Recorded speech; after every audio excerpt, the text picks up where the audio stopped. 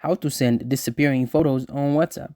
First of all, open up the chat you wish to go and send the disappearing photo, and then what you want to do is just go down to the bottom right and click on the camera button just like so, and your camera will then open up. Then what you need to do is go and select an existing photo on your iPhone. Once you have taken the photo or you have gone and selected one, then what you can do is make some edits at the top. But to go and send it as a disappearing photo, you need to go down to where it says add a caption, go over to the right, and you'll go and see the view once or disappearing button, and you need to go and click on it's a one with sort of a half circle around it. So then what you can do is go and press the send button in the bottom right, and as you can see, it's now been sent, and you know that it's a disappearing photo as it still has that disappearing icon, and you will know that the disappearing photo has been opened because as you can see, it's now changed to opened.